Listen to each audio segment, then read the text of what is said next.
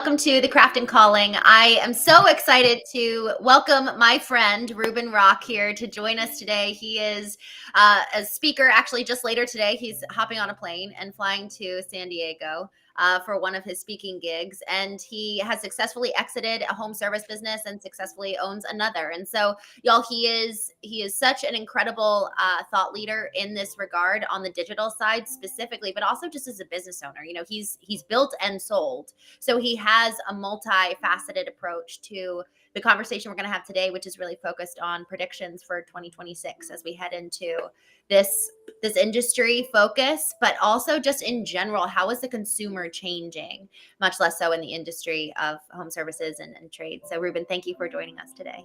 I'm so happy to be here. Thanks for having me on today. Yeah. Reuben, tell me about, so you're flying this afternoon. And then you've got multiple other meetings today. So we're right at the beginning of your day. And so thank you for joining. What's the event you're speaking at later? Sure. So I'll be speaking at Agency Freedom Live, which is an event put on by Chris Martinez from Bloom Partners. So this is for marketing agencies specifically. There are actually quite a few agency owners in the group who work with people in the trades. So I'm not the only one in there who runs a home services marketing agency. There's a number of us. This is a hot industry right now. So I'm going to speak with them basically about how to win more clients in the home services space with video content. I run a lot of video ads. So I'm going to be showing the other marketing agencies there how to run video ads for themselves. A lot of us, we run video ads or ads for our own clients. But when it comes to marketing our own businesses, some of us are not as good as marketing somebody else's business. So I'm going to help them out with that. I love it. And what you just said nailed it on the head. I think for so many of marketing agencies, we just do such a poor job actually providing the same level of care that we give to our customers. And so let's actually talk about video marketing. You're running a lot of video marketing for your current trades clients. What are some of the platforms that you're running on? And can you just kind of talk about your approach from beginning to work with the client and then helping them create the video content to execution? Yeah, absolutely. So I believe in video ads that are so easy to make that anybody could do it with their iPhone. I think that if you are stuck on production value, lighting, microphones, cameras, all that stuff, scripting, then you're just delaying, putting out an actual video. So I always encourage clients to start with, iPhone videos, something they shoot on their phone. And then we run those videos as ads on YouTube ads, Facebook, elsewhere, but those are the two biggest channels right now. And actually, I think a lot of people, they would expect me to say Facebook, right? Because everybody runs Facebook ads, especially for their home service business. We've been running a lot of YouTube ads for the last couple of years. YouTube has been super hot for us. It's been kind of my secret weapon to help people develop brand awareness and improve consideration in their local markets. YouTube is an effective platform that is pretty cheap compared to other platforms. And if you're willing to just make a video and run it for your business, then you can get a lot better results than people who are still relying on Google search ads or even Google local services ads, which have gotten quite expensive now. I think video ads are going to blow up in the next year or two just because it's gotten so easy to make videos now. I think a lot of younger, home service business owners, people in the trades are more willing to just get on their phone and make content and post it. So I think as that trend continues, video is going to get more and more popular. So, I love running video ads for people, but the biggest thing I love doing is just coaching them to just get started, because most people, they get stuck. They're like, I got to shoot a commercial. I need a script. I need the right lighting and someone professional to shoot and edit this. You absolutely don't. If you see the types of ads that we run, it's very obvious they're shot on an iPhone. And frankly, it works because most people are out there trying to hire a real local business. It's realistic to them if they see that you're shooting your ads on your phone. That's what anybody would do if they were advertising their small business these days. So those are the types of ads we run. We're not doing big, heavily produced video ads by any means. And Reuben, it's so accessible. Like you were saying, me as a homeowner, I'm going to feel a lot more trust if it looks and sounds like something I would create. It's not some big, heavily produced production. And I'll dabble and do some acting on the side. And I was doing commercials for Toyota. They had me sit and do a selfie video talking about the Toyota product and like, come on in and get your oil changed. But it was a selfie video on a phone. Because that style of video. Yeah, I bet that style of video works very well for them. That's really interesting. So interesting. So it's across the board that this style works. And I want to talk through kind of the incremental stages that you might encourage somebody to start. Like, so we don't need to have some fancy schmancy script, but if I have never created an ad or I created a video, let's say, and your clients, and I'm just horrified at the thought of doing this, where do I start? Yeah. So I try to make it really easy for people, and I try to show the examples of videos that other clients have sent me in the past, just to break the ice a little bit and show you what I'm looking for. Because I think when I tell people I don't want a very highly produced, professional, polished video, I want something shot on an iPhone, something selfie style, where you're looking at the camera, talking to the camera as if, and this is what I would say to my client, as if you were hitting record and sending a quick video note to a friend, say it like that. You don't have to say everything you're going to say like it's an advertisement. You don't have to have that crazy energy and a big call to action and all that. You can do all of that stuff. You can work your way up to all of that. But if you want to start easier, the best thing you can do is just open your phone, turn on the camera and say, hey, I'm Reuben with ABC Cleaning, and we serve the Milwaukee market. And if you need your carpets cleaned, my crew would be happy to come out and help you. We offer an amazing carpet cleaning service. It's dry in 1 hour. We start at 3 rooms for $199. Give us a call. We'll give you a free quote. Like just the very basic, who are we? Where are we? What do we do? How do you contact us? That's all you need to say on camera. And the more times you do that, the funny thing is the more times you'll do it, the more natural it'll become. And what I want you to do is I want you to get to the point where anytime anybody says, hey, we need a new video for this, you should be able to whip out your phone and in 10, 15 seconds, just put together a quick marketing message like you were going to post on Instagram or Snapchat today or something, right? Like it should be that second nature and easy to do. I'm so grateful, even just for this reminder for every single business, right? It doesn't matter if you're in home services or not. Every one of us should be able to create a video like that. And what you just said, this is what we do, who we do it for, what's the location, what's the price. If we don't have that easy kind of just pitch down where we can't espouse what we do that quickly, that's a problem. It is. So good that's practice for us. Yeah. It's a good note to look in the mirror and say, do I even have the ability to talk about my business in 15 seconds with clarity? So I love that. I love you said talking to your friend, just really being able to not think that it needs to be perfect. And if you stumble over your words, should they start over again? No, just keep going. Honestly, just stop, reset, and say the same thing over again and just keep going. I think stopping the video is probably the worst thing you could do because you're going to take after take after take when you could just leave it recording, stop, take a quick breath and continue on. I think that's the best way to do it. But I've been shooting videos for a number of years now. And so I have all kinds of tricks to like trick myself into making a good video today, even if I'm not in the mood, right? Even if I don't know what to say. So the more you do this, the more practiced you'll become. But also this is just good practice for pitching yourself in general, because, you've probably heard of an elevator pitch before. Like you should be able to say what you do quickly if you were to just run into somebody in an elevator and they asked who you are and what you do. If you don't have that pitch ready, like just ready to whip out anytime, then you need to develop it. And once you have it, making these videos is actually really super easy because you'll realize that if you want to promote your home service business, all you need to do is get out your phone and tell people who you are, what you do, and where you are. And then you need to just distribute that video somewhere. Put it on Facebook, Instagram, TikTok, put it on your Google profile, on your website, run it as an ad on YouTube. You could use it in all these different places, but all you're doing is just taking the same message you would deliver to a customer face-to-face and just saying it to your phone like selfie style. And that's the type of video that I'm pushing clients to do right now as a starting point. I'll show them other videos that my other clients have done just to build up their confidence and show them you don't have to have on hair and makeup. You don't have to be a beautiful influencer. In fact, my buddy Perry Belcher keeps using the phrase ugly influencers lately. And every time he says ugly influencers, I laugh because, I think we're all capable of being an ugly influencer, just regular looking people out here on the internet. And that's okay. We don't all have to be supermodels. People are attracted to people, everyday looking people. And if you just show that side of yourself and you show, your business and your face and the people that work for you and the work you do, it connects with people. It's very authentic. They know that it's not AI generated. They know it's not fake. You're not an actor. It just comes across very, very well. You made a mention about actually uploading this video to your Google profile, your Google business profile, which made me pause. And I love that, because just the other day I was looking at a Google business profile for one of our clients, and it was like create a mini blog here.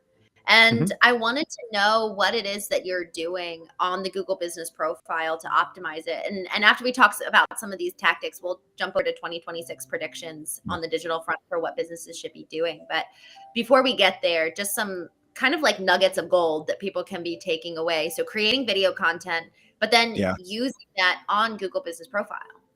Yeah, that's just one of the channels where you could post it. When it comes to Google business profile, though, honestly, if you post frequently, then your profile should get more visibility. That's the key here, is if you're posting to your Google profile, you should get more visibility. Some people they're not sure what to post. They're like, I don't have a special to run every week. I don't have a discount or some kind of offer to put out every single week. So what do I post? One of the things that I recommend to clients is just document the jobs that you're doing. If you're out in the field every week, or if you have technicians in the field doing work every week, have them document that work. You might already be documenting it. You might have a tool like Company Cam or something else that you're using to take photos or videos on the job. Maybe you're sharing those photos with the client. I have a lot of clients who they take photos and videos on the job, and then they provide that to the client afterwards with the invoice so that the client can see the work was done before and after. Take those same videos, take those same photos, write a little narrative about it, a little paragraph about who you helped, what you did for them, where they're located. So you could say, hey, we went out and completed an air conditioning repair in Mequon, Wisconsin for a customer who was, dealing with the brutal summer heat. And our crew was so happy to be able to help them out. It turned out to just be this issue, and we were able to get them up and running again in under 2 hours. Just stuff like that. Explain what you do all day. It might seem like kind of boring. Why would we post that? Why would people want to hear what we do for a living? But people are trying to hire you as a professional. They want to know that you actually do this every day. The easiest way to show them is to show them, right? So posting on Google Business Profile, I like to post job photos. I like to talk about the work that we're doing, because when people are looking at your Google profile, a lot of times what they're looking at are your reviews. They're looking at your reviews to see what other people say about you. And then they're also looking at what you've uploaded to see if everything matches up. Do you look real? Does it seem like you're really a real company? These are real reviews that people are leaving. And if everything looks real and legit, like you're posting, you're showing the jobs you're doing, and you're getting reviews from those people, man, that sends every signal possible, right?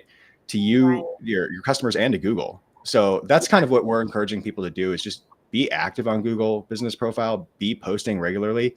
My team will post on your behalf, but we don't have access to the real-time stuff that you're shooting out in the field. I don't have access to the narrative about every single job that you're on. So if you could get in the habit of posting on your own business's behalf on Google Business Profile, I think there's a lot of value to be had from that.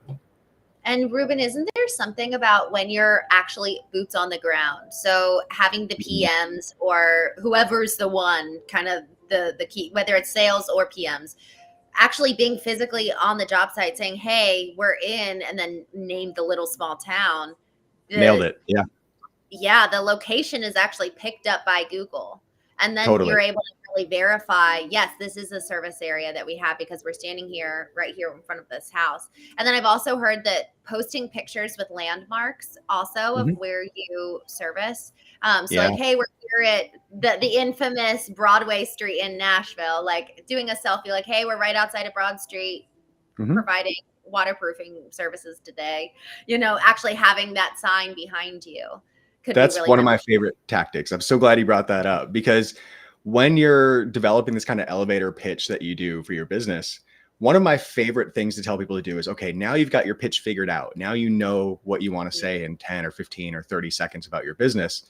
Now what you're going to do is you're going to take this on tour. I don't want you to just say this while standing. I don't want you to say it standing in your house. I want you to say it standing in front of your house. Then I want you to say it in your car. Then I want you to walk down the street and say it. Then I want you to go stand in front of a landmark and say it. I want you to park your van in front of a recognizable, city background or a landmark or something. And then I want you to say it in front of the camera there. You can just take that same message and go around to different locations, shooting different ads, same message, different location, and you'll catch a lot of people's attention like that. And that's why I like shooting this style of video, running these style of ads for home service companies, because it's very easy for the business owner to repeat it and then to create new ads over and over. If you shoot a new ad every month or every 3 months, you'll have a couple new ads a year where your competitors, they're struggling to get their first ad out. And now you're constantly iterating. It gets easier the more times you do it. And when you switch up the background and show that you're real and local, you're actually in the area you serve, the local area, man, that will blow you up. I love that. And I'm curious. So first, before I go to the next thing, Reuben, the reason why I love these conversations is because so many times when customers are working with agencies, they will not tell them these kinds of things because then they don't need the agency anymore. They're able to do well. And I say that with all the caveats of, well, make sure you actually optimize it and you put the right, all the strategy behind it directly. But a lot of times they won't actually empower business owners or operators to be able to execute in a way that's really actually going to help their business, because there's fear rather than, no, we actually both need to be doing this marketing thing. We actually both need to be involved on branding and also sales and also, all these other parts. Marketing touches every single part of the business, just like a strong brand does.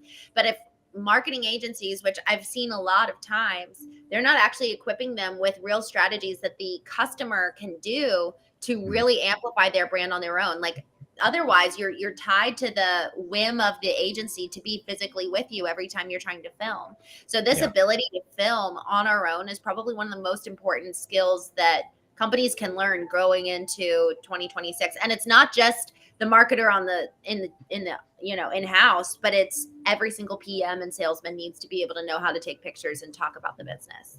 100%. Yeah. I think the more you get your team involved, the better. Make this standard operating procedure at your company for people to be taking photos, documenting jobs. If you're not doing that already, you probably should, just from a liability standpoint.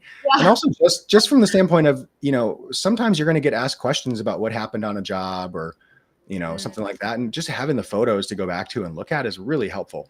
And when I had my cleaning company, so we cleaned carpets all day, like we had unlimited marketing material because my crew was out taking a picture of every job before and after it was done, every single job. They had pictures of every single stain they cleaned that day. And it would be before when the stain looked horrible and after when it was gone. And I had just tons and tons of content like that. Yes. Yeah. So the more you document, the more you'll have at your disposal, the more stuff you'll have to post on Google Business Profile and social and to tell your story. Put that stuff on your website in a gallery, like just make full use of that stuff. You should be, at this point, you have a phone in your pocket. It's 2025. There's no reason not to be, using it for your work every single day. It's not just for taking calls. You can use it to get more done than that. That's so good. And two, right before we get into the 26 predictions, this kind of dovetails into it, but answer engine optimization, AEO, is a very new term that people are starting to kind of, I think, hear a little bit about, but we've all recognized the importance of SEO on Google and other search engines where I go in and I type a question. But for answer engine optimizations, this is totally changing the way people are searching. And this is, for example, using an answer engine would be like going into a ChatGPT or going into Google's AI tool, Gemini, and going in and asking a question and then starting to get results. One of our clients said, man, someone just found me on ChatGPT. Like, that's incredible. And they were in the service business. And that's what we want. But the more content we're creating actually helps with answer engines to be able to, like, the more content that we're creating, more so as we're answering a question that someone might ask us, that's going to be helpful for the answer engines to be able to track you too. So it's not just for SEO anymore. Now it's also for AEO that we need to be creating content. Absolutely. Yeah. No, as we get into the AEO world, if you are not creating content, whether that's posting and responding to people on Reddit or in neighborhood groups, or whether that's shooting videos, posting photos, just posting something out there, you're getting left behind right now. That's one of the amazing things about AI is that it's able to analyze photos, videos, transcripts, everything. It gets the context of all of it and it can build a more complete picture versus a search engine, which is trying to crawl what's available out there in terms of text and that kind of stuff.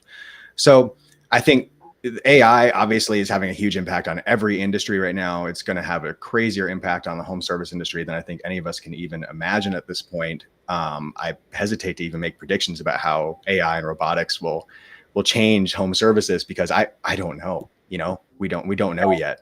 But AEO is already here. It's already something you can leverage. It's a today tactic. This isn't something that's coming up that you should be paying attention to because it'll be important for the future. It's actually important right now.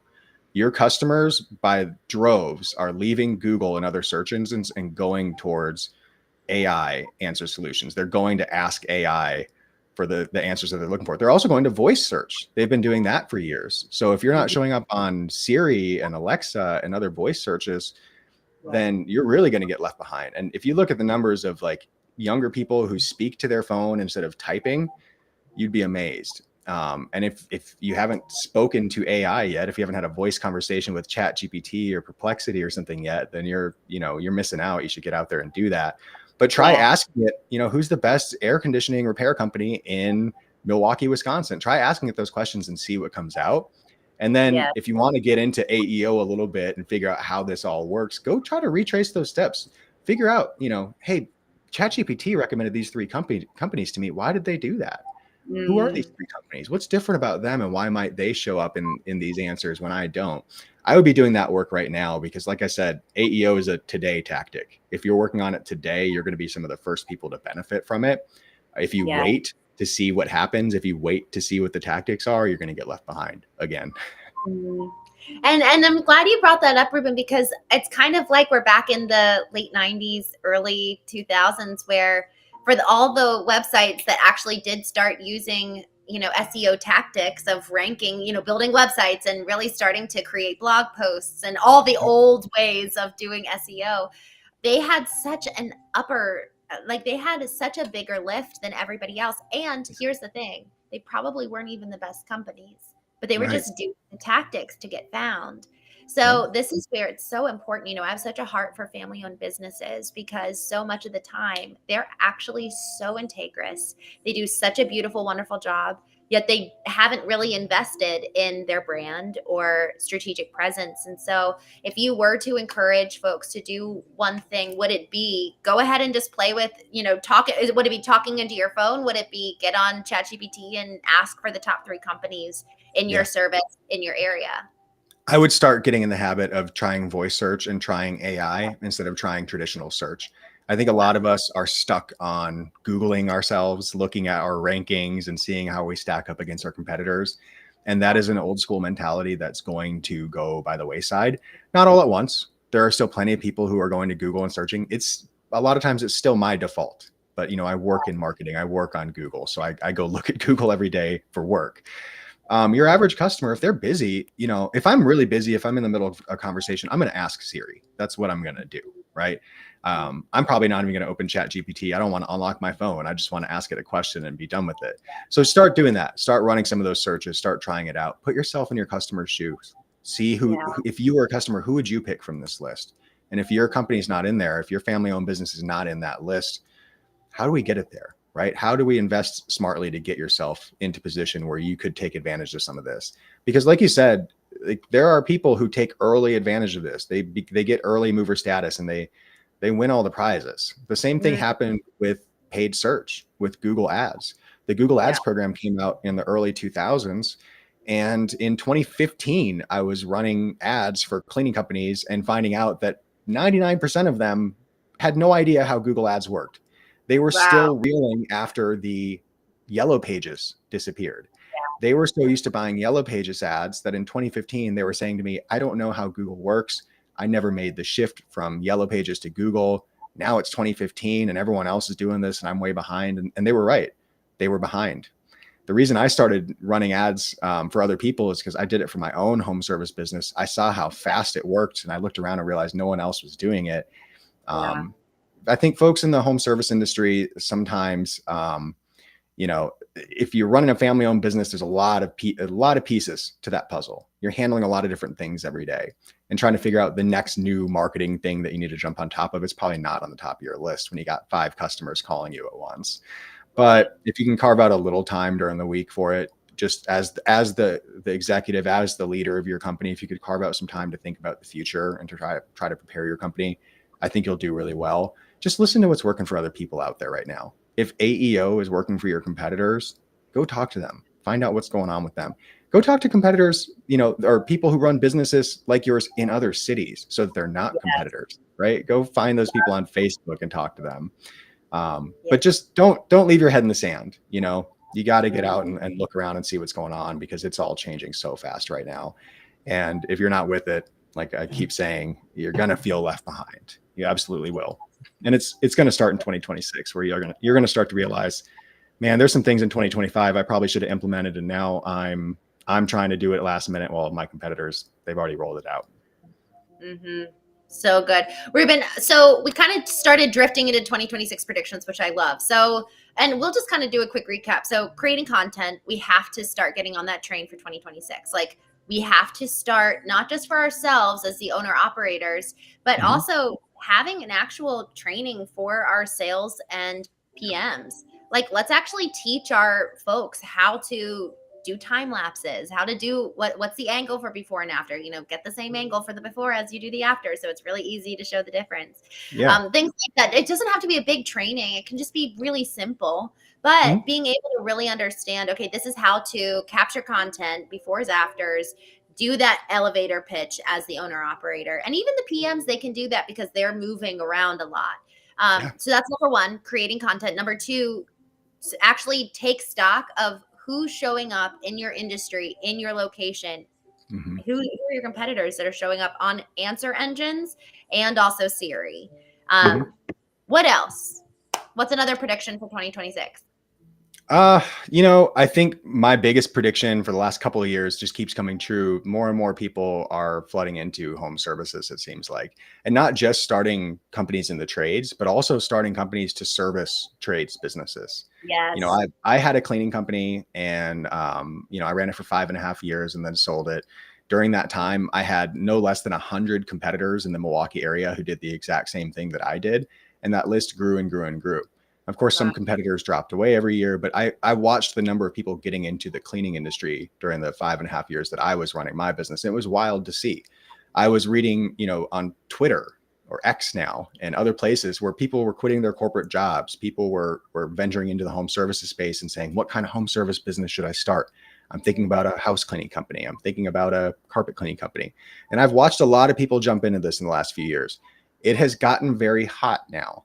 There are influencers out there that make the home services space seem very, very attractive. And they've got a lot of people getting into the business now. So if you don't think that you have young, savvy competition who's going to whip out their phone, go live and shoot videos and run circles around you, they're coming.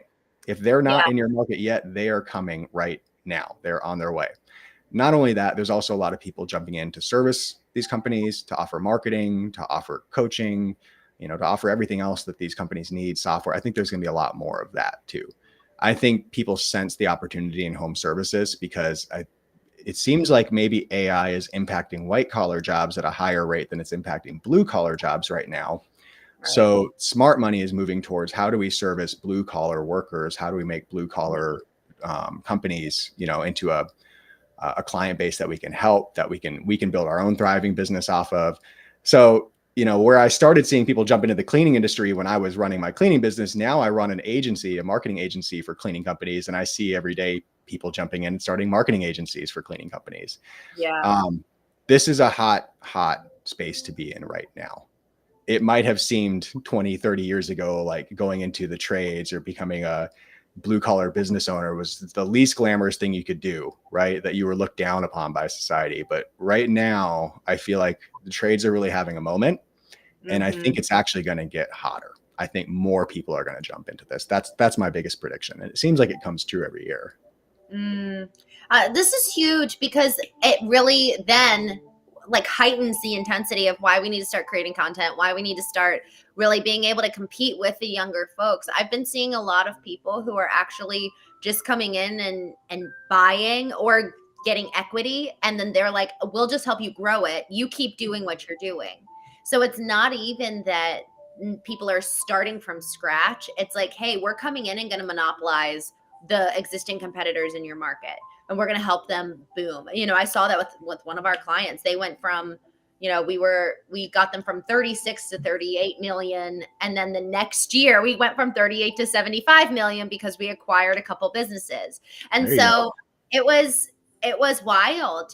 They're just like, okay, what's working now? Who's doing a good job? Let's just breathe fire on this because we've got the private equity money Mhm. and or we've got the marketing that we know will make it work because we were able to grow so well over the last few years. So I think that that prediction is so important because it just emphasizes everything else you already said of why we need to know how to do this. And in terms of doing that, Reuben, like, would you advise, for these businesses where they hear that and they're like, oh my gosh, I know that there's, I'm seeing it happen Mhm. and it just feels overwhelming to start creating content. Is there a course that you teach or just something that it's, man, okay, let's just do kind of this one time learning? I did that for one of our clients where I taught all of their business development managers how to build their LinkedIn profile. So we all got on for 90 minutes, revamped their about profiles, and then created 90 days worth of social media content. Do you That's have awesome. anything like that? Yeah. Like, do you have anything like that about video? I don't have anything that's publicly available. So I do a weekly coaching call for all of our clients that book cleaning jobs. So if you're one of our marketing clients, or if you're just paying to subscribe to our CRM, even, we invite you to a weekly coaching call where this is one of the topics we cover pretty often: how to make video content. And the Good. reason is exactly what you said. This is hard for people. And not because it's difficult to shoot a video. It's not. It's gotten easier and easier. It's difficult to get out of your shell and Yeah. make yourself feel comfortable on camera. Most people just hate seeing themselves on camera. They hate hearing themselves. They feel silly and they think other people are going to judge them. And that's a very hard bubble to burst. So we Yeah. do a weekly coaching call. This is one of the topics that comes up all the time. People will ask me, what can I be doing, Reuben? What could I be doing to grow my business? I feel like we're investing in paid search. We're getting reviews. We're reaching out to our repeat customers to bring them back. What else could we be doing? And the thing I always tell them is, I haven't received a video from you since you started here as a client. So if you could please take your phone and go shoot me a video. Here's how to do it. Here's what to say.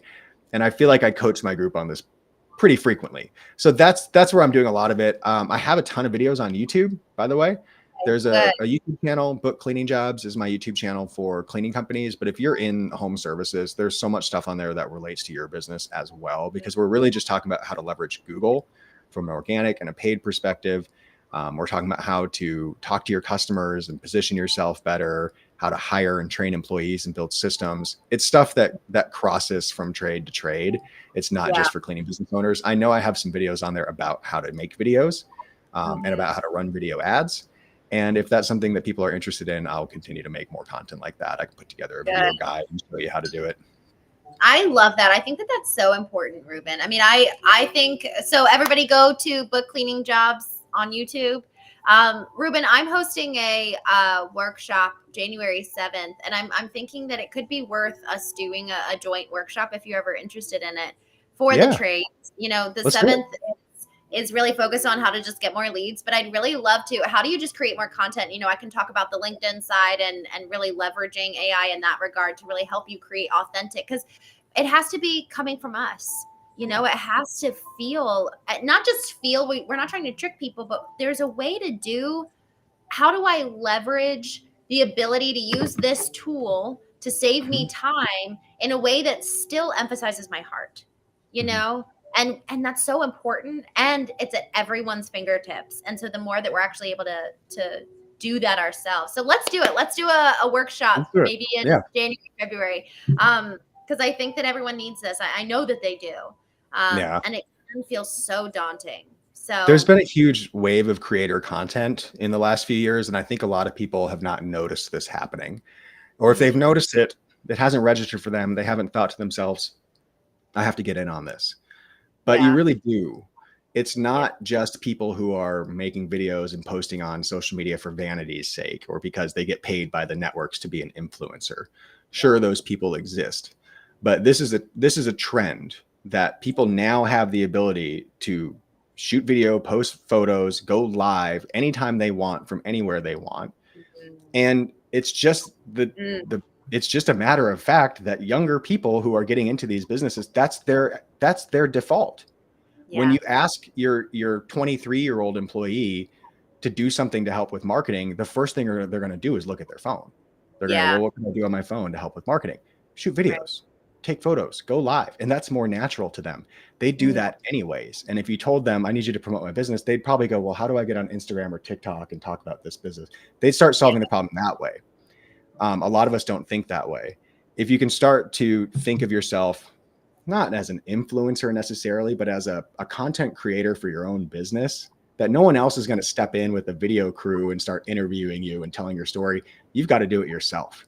And if young folks can get out here and tell their story when they've got, 23 years of hard living to share with the world, come on, you've got something to share too. I know you can get your phone out.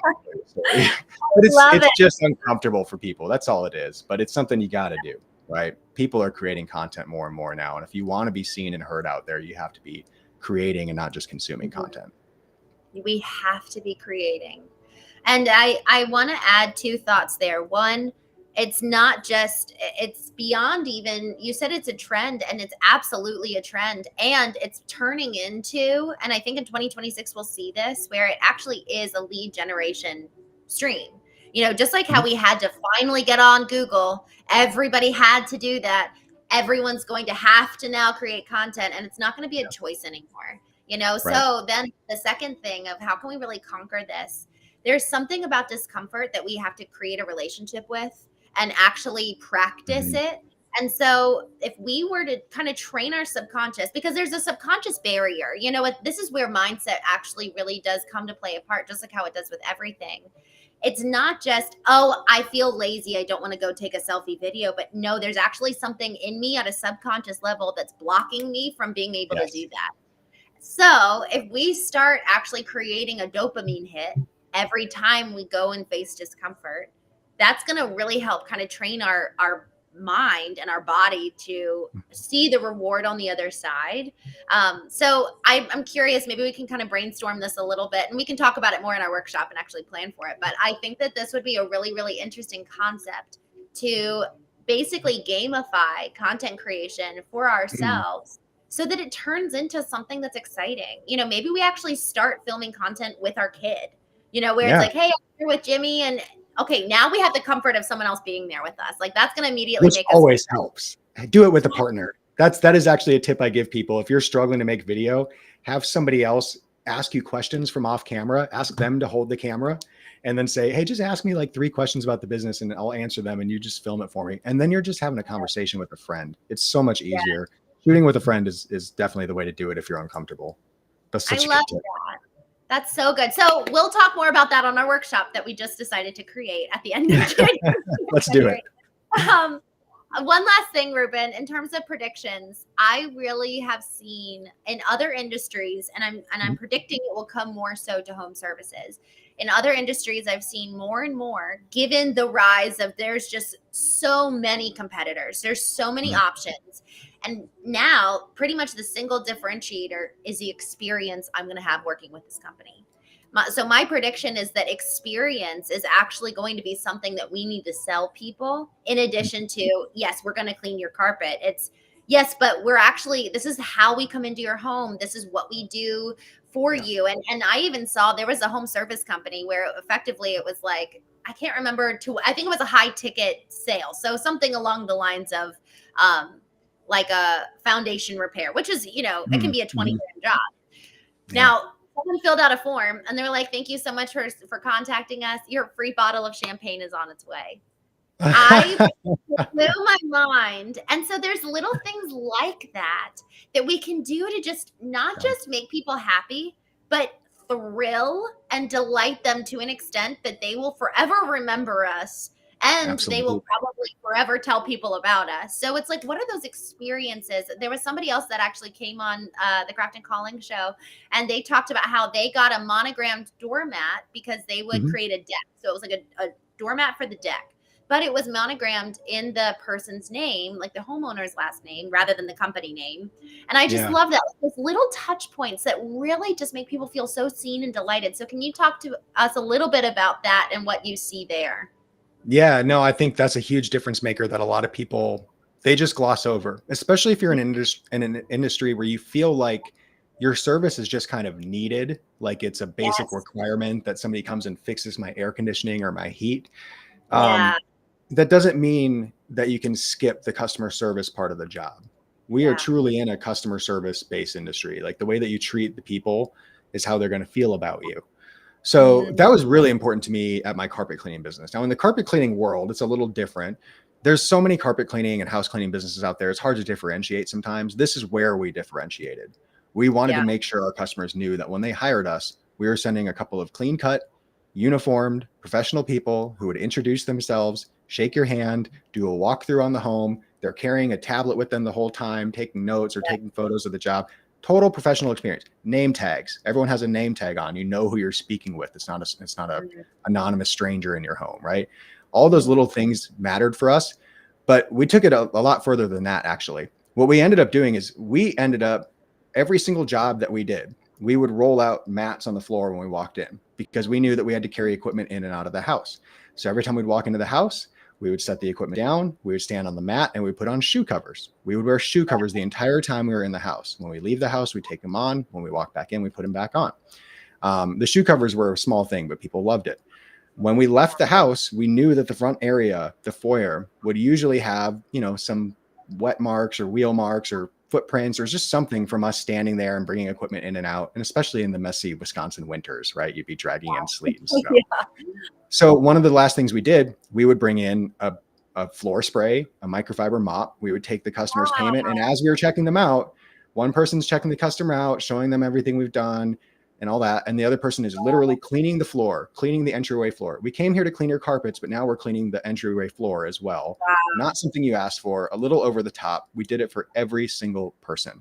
Even if they said, oh no, don't worry about it. My maid's coming later. She's going to handle it. We did it anyways. That kind of Good. over the top service, attention to detail, it matters. The more times you can build that into your business, the better. Reach out to people the next day, ask them how the job was, call every single person and ask them how it was. You might be putting yourself at risk of having to go back and fix something, but there's a bigger risk that that customer wasn't going to tell you that there was a problem and you were going to lose a customer or get a bad review and never know about it. So Yeah. build all those over the top things into your service. And the premium idea that you just gave, the monogram doormat with the back deck, that's amazing. If there's something you can do to give your clients, your customers extra value, do it. We always had spotter bottles of carpet spot remover, and we would give them away to customers at different points in the year. A lot of times they didn't even know they were going to get it, but you spent $200 with us today. So here's your free bottle of spot remover. Wanted to make sure Love you got that too. People love it. Anything you can do to just give them a little extra, make them feel like you really care. Mm, That's going to make you stand out because most of your competitors, they're just trying to get through the day, right? They're mm. barely answering the phone. They're definitely not thinking about how to provide a spectacular over the top service to their customers. They're just trying to figure out how to get the job done. I love that. I love the cleaning. Like they can visually see the person cleaning while the other person's checking them out. And probably, I would assume that you guys had this in your process. That's probably when you guys were asking, "Can you give us a 5 stars?" It's Absolutely. You nailed it. We built the whole experience so that customers were completely thrilled and satisfied. That was the highest point of satisfaction in the transaction, is right when they paid and we were cleaning the floors. That's when we asked for a review. We'd send them a text message with a link right then, or we'd get the tap to review card out and hold it against their phone. And love it. that is how you get 5-star reviews from every single customer, is you ask them at the height of their ecstasy. And you got to Mm, create that. You have to manufacture it. If you don't build a yeah. system that delivers that every single time for your customers, then you don't have the business that you could have. You could have a much more powerful business if you put a little thought into those details. It's like what you honestly, it's kind of like we were saying about dopamine hits. How do we self-perpetuate dopamine hits through the customer journey so that we can, at the height of their joy or thrilling experience, that's when we ask for something? Because otherwise, man, we want to ask very little, especially after they've already agreed to work with us. We want to have Yeah. very few asks throughout, but if we do have a little ask when we're going way above and beyond, man, they're going to be so much more willing and happy to comply. And to that point on gifts or premium something to give them, I love the spot remover.